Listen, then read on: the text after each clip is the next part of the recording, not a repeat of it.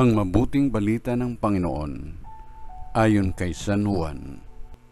Papuri sa iyo, Panginoon. Madilim-dilim pa ng araw ng linggo. Naparoon na si Maria Magdalena sa libingan.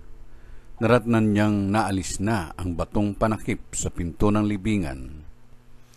Dahil dito, patakbo siyang pumunta kay Simon Pedro at sa alagad na mahal ni Jesus at sinabi sa kanila, "Kinuha sa libingan ang Panginoon at hindi namin alam kung saan dinala."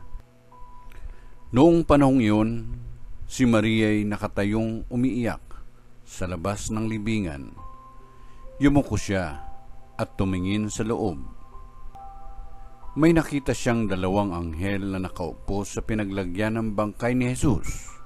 Ang isa'y sa gawing ulunan at ang isa na may sa paanan. Tinanong nila si Maria, "Ale, bakit kayo umiiyak?" Sumagot siya, "Kinuha po nila ang aking Panginoon at hindi ko alam kung saan dinala." Lumingon siya pagkasabi nito at nakita niya si Jesus na nakatayo roon, ngunit hindi niya nakilalang si Jesus yun. Tinanong siya ni Jesus, "Bakit ka umiiyak? Sino ang hinahanap mo?"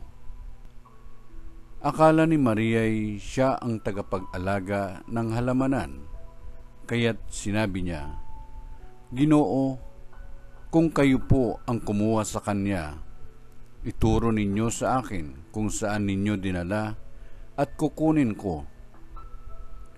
"Maria," ani Jesus. Humarap siya at kanyang sinabi, "Rabboni," ibig sabihin, Guro. "Huwag mo akong hawakan, sapagkat hindi pa ako nakapupunta sa Ama," wika ni Jesus.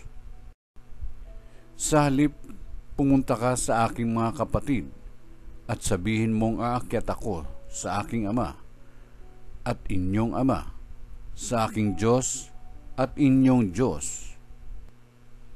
Kaya't si Maria Magdalena ay pumunta sa mga alagad at sinabi, "Nakita ko ang Panginoon," at tuloy sinabi sa kanila ang bilin ni Jesus. Ang mabuting balita ng Panginoon. Pinupuri ka namin, Panginoong Jesucristo.